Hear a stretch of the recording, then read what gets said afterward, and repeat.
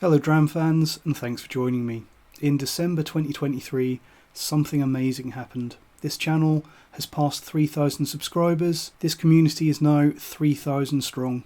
And since then, we're actually quite a way past that milestone. So today I wanted to share something special with you to commemorate that. Something to celebrate 3,000 subscribers, and also something good for the first review of 2024. So I was considering something good and affordable, and then I thought, screw it, let's go for the most expensive whiskey I own. And it's a truly telling sign of the times that the most expensive whiskey that I own is this little guy. Let's give you a close-up of the very discoloured and dishevelled label, because I've owned this one for quite a very long time, several years in fact. It is a Karuizawa, and it's a sample of a Karuizawa, because if you're not familiar with Karuizawa, it's a Japanese whiskey and it's very, very expensive. And much like original Brora and Port Ellen, it's getting harder and harder to get a hold of every year. So it goes without saying that the reason why I only have a sample of this is because, like the vast majority of people out there, this is all I could afford. So Karuizawa Distillery, it was actually founded on a vineyard in Nagano, Japan in 1955, and for a long time it was the smallest distillery operating in Japan, producing about 150,000 litres of pure spirit per year. So you're looking at about an Edred hour and a half. And for the first couple of decades or thereabouts, Karuizawa whiskey was only really produced for blends, mostly the Sanraku Ocean blend. Karuizawa single malt actually became available in 1976, and it's very important and relevant to note that Karuizawa whiskey, much like Brora and Port Ellen in Scotland, almost nobody was particularly excited about Karuizawa until it became unavailable. The whiskey produced at Karuizawa Distillery, it was made from Scottish barley and Japanese spring water, and mainly matured in Spanish sherry casks. Karuizawa Distillery hasn't been in production for a very long time because it was mothballed in the year 2000. And mothballing is when a distillery goes out of production, but a very small amount of whiskey is still produced, basically by the fewest staff possible, so that some casks are still being filled every year and equipment is kept functional in case the distillery owners change their mind and decide to reopen. And that didn't happen for Karuizawa. Production ceased entirely in 2011, and the land under the distillery was actually sold in 2012. Karuizawa is gone. Karuizawa Distillery is actually fairly unique in that it's situated on the slope of Mount Asama, which is an active volcano. And that's actually a large part of the reason why Karuizawa is so rare and expensive. The remaining casks that we still have were actually found at the foot of the volcano, still on fire, having rolled all the way down, resulting in a really unique and premium burnt lava aroma, which I obviously just completely made up. But if Diageo ever owned Karuizawa, that's almost certainly what they would tell us. So back to this dram, this singular dram that I have here. What have we actually got is a Karuizawa 1980 Golden Samurai, and I'll put a little graphic of what the bottle looks like on screen so you can see it. It was bottled at a very healthy ABV of 61.6% in 2015 from a single sherry cask, producing a 35-year-old Japanese whiskey. The eagle-eyed of you may have realised that my sample bottle is empty, and that's because, being a very expensive 35-year-old whiskey, I've already put this in the glass and given it some time to breathe and open up, and I've spent a few minutes holding it to put some warmth in there to make sure that it's at its absolute best, because the way that prices are still continuing to go up and up for the last remaining Broras and Port Ellens and Karuizawas, this is probably the last chance I'm going to have. So looking at the whiskey that we have, and I'm keeping the lid on this one, I'm going to try not to drop it, as I may or may not have done with a previous very expensive whiskey. Looking at the colour of it, it has a beautiful reddish tint, and it's reasonably dark, but really not that dark. Certainly nowhere near as dark as many artificially coloured Scotch whiskies, which is kind of interesting in itself. As for the price of this one, I'm not going to tell you how much I paid for this, except that it was a very long time ago and I paid a hell of a lot less than you would have to pay now. All I'll say is it says a lot that when I bought this, I kept it for several years, opened it, drank 10ml of it, and really enjoyed it and spent a long time dissecting it and enjoying it, and then screwed the top on tightly, and I put it away for years. I've been saving this one for a very, very long time, even as half a sample, because it is a precious little piece of history. If you want a whole bottle of Karuizawa now, you're looking at probably about £4,000 or thereabouts for something which is from a reasonably large vatting and at a lower strength and around half the age of this one. Even the lesser Karuizawas are insanely expensive. If you want a genuine old 1980s vintage Karuizawa like this one, then a whole bottle is going to cost you around 15,000. If you're considering looking for a sample of Karuizawa like this one, my advice would be probably not to bother, because the samples are few and far between, and the cheapest sample that I can see that's still available is around £750 for 30ml, which just highlights how prices are going up and up. So, unless your name is Jeff Bezos, then your chance of trying Karuizawa affordably have probably passed. So, without any further ado, before any of it has a chance to evaporate, let's get on to the whiskey in the glass.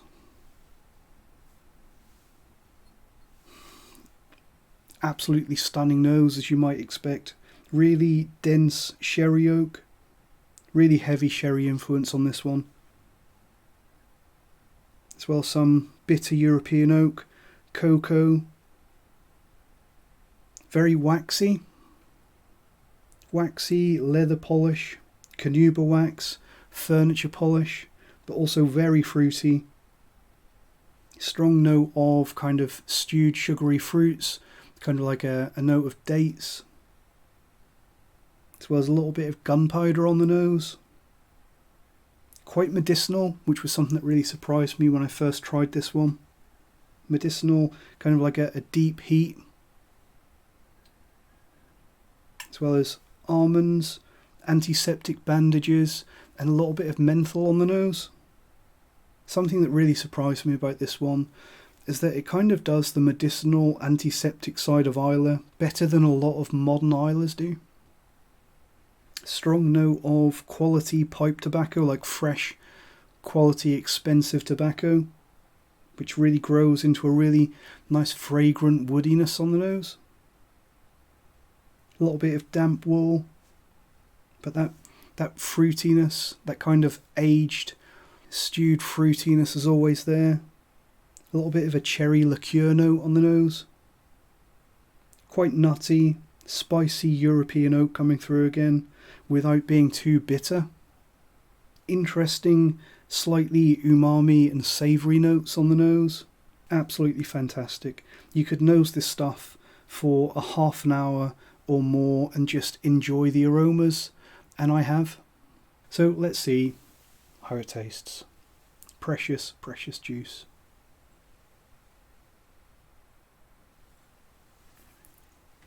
On the palate, and I'm drinking this at full strength, incredibly intense and rich, sweet and musty bitter oranges with a really nice dry mineral edge, simultaneously really sweet and also pleasantly acrid. It's really a whiskey with character, an abundance of character and eccentricity, quite a chalkiness which again kind of feeds back into that medicinal quality, as well as a little bit of licorice and salmiak, and a note of hot cinnamon sweets, so like a spicy confectionery. Absolutely bucket loads of old oily malt on this one, overwhelmingly sweet and gentle, oily, greasy barley sugar note. Dipping back into the medicinal side of this one, there's a strong note of germaline, kind of medicinal salves, and I was kind of getting the sensation, but not necessarily the flavour of like quality garlic butter. You know, this might sound a little bit odd, but that kind of mouth-coating, lingering greasiness, a little bit of that in the experience of this one. Excellent mouthfeel, excellent texture and body, with no harshness or alcoholic nip at all. It is really quite oaky, and you'd probably expect that for something that's been in a cask for 3.5 decades. Quite oaky, dusty, musty oakiness, but always with that medicinal quality. A little bit of menthol, cinnamon, clove, cough sweets.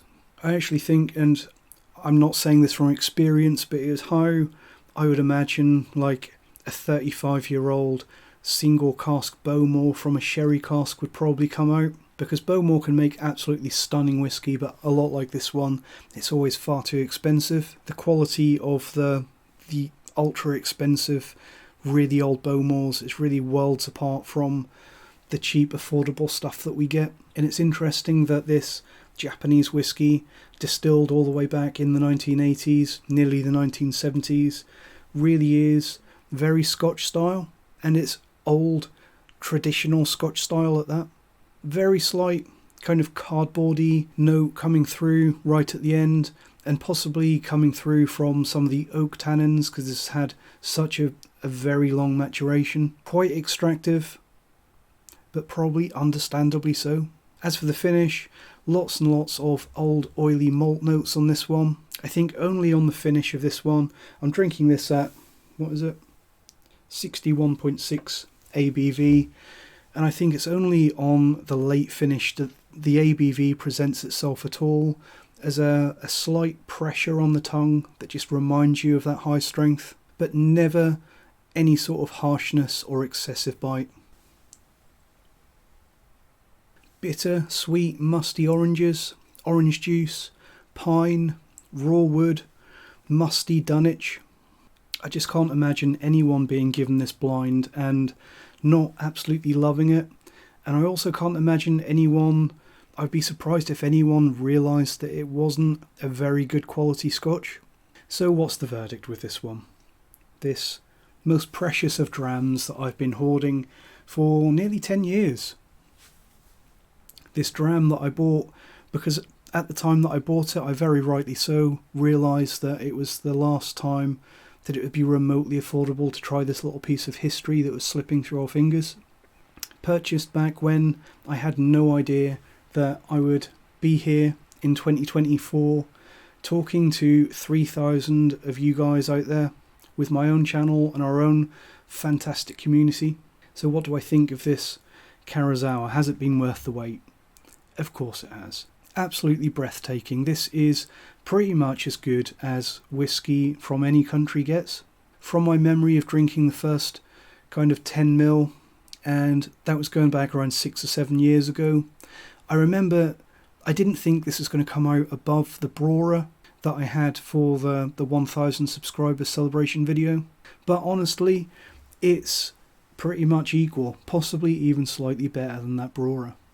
And a large part of that is that this Karuizawa, it is surprisingly and deliciously medicinal and smoky. It's mind-boggling full and rich and perfectly drinkable at the full strength. I did actually try this with water all those years ago, and I think that it did open things up a little, made it a little bit more accessible and brought about some a little bit more nuance. Probably not necessary now though, as the tail end of this sample has been in a half-empty bottle for quite a long time. And to be honest, I don't dare hold a water dropper anywhere near this, just in case I add too much water and waste it, because I know that I'm never going to get to try anything like this ever again. Something that I do really like about this Karuizawa, or one of the many things that I really like about this Karuizawa, is that it has that kind of old-timey sherry to it. It's kind of a type of sherry that I've only ever experienced in these super old and rare drams. It's very, very different, even good modern sherry, and it's probably pretty safe to assume that that's at least partly because of those old-timey sherry transport casks that they used to use that just don't exist anymore. So is this stuff worth the astronomical price? Is it better than, say, £100 a bottle whiskey or £200 a bottle whiskey? On the one hand, I'm a firm believer that age and long maturation can't be faked, and yes, this whiskey definitely has flavours that you can't get from a younger whiskey, even a very good 18 to 21 year old whiskey. But apart from having some aspects to its flavour profile that have frankly been priced out of our reach these days. I wouldn't say that I enjoy this hugely more than something like a Lechig 18, which I think is an absolutely fantastic whiskey that really showcases not the same flavour profile, but really showcases the wonders of well-aged Scotch. And I really mean that. And I definitely don't enjoy this twice as much as the Lechig 18, and I absolutely don't enjoy it 150 times as much, which, considering the price difference between a Lechig 18 and this, is the kind of difference that you'd have to justify the price of this, which is very similar to my verdict of things like your Port Ellens and your Broras and most ultra expensive whiskey. You're really paying for history and exclusivity, and sometimes a lot of marketing as well, because, truth be told, not all ultra expensive premium whiskey is this good. The vast majority of it isn't, and a lot of these old super premium rare unicorns are not even good. A lot of these old and rare drams, you're really paying to be able to drink something that most people can't afford to, and you need to be aware that makes a large part of the price. So Karuizawa 1980, it's good, it's interesting, and it's a different type of whiskey that we will probably never see again in the lifetime of anyone watching this, at least not in an affordable way. Yes, it is on par with the very best whiskey out there today, and it's a little piece of whiskey history that will never exist again. But we need to remember that is a large part of why it's so expensive. I want to end this one, before I go to enjoy this one and really take my time with it, to thank everyone who has watched the channel in 2023 and up to this point, anyone who's watched and commented and become a part of the Whisky Lot community. Thank you all, and I hope you're all having a wonderful 2024. Cheers.